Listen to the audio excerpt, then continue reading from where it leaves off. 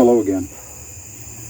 Well, this morning, when I was reading in my Bible, I was reading Psalm 139. And I saw this very familiar passage. Search me, O God, and know my heart. Try me and know my thoughts. Psalm 139, verse 23. Now, I've heard many songs made out of this passage. A friend of mine wrote probably the best song I've ever heard from this. But I've also seen it on bumper stickers, and I've seen it on many people's bathroom wall.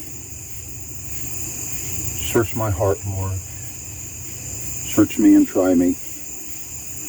Yes, and we generally think of that in times when make sure I don't have any evil intentions, make sure I don't have any bitterness, make sure I don't have any unforgiveness to somebody. But then, every passage has a context, and it should never be taken out of context. So we need to take a look at the verses immediately preceding this well-known passage.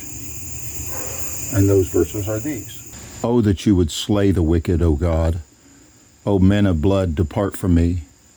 They speak against you with malicious intent. Your enemies take your name in vain. Do I not hate those who hate you, O Lord?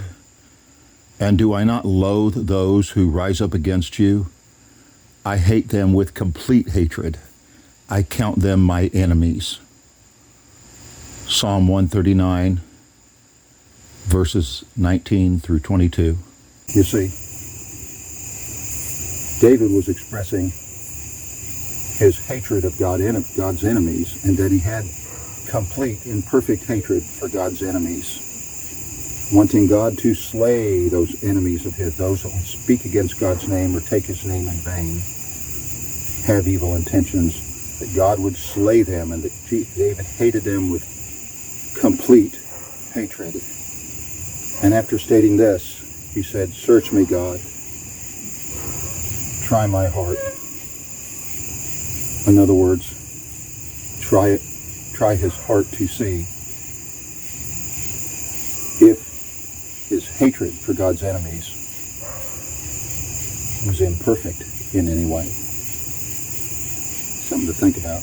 Search me.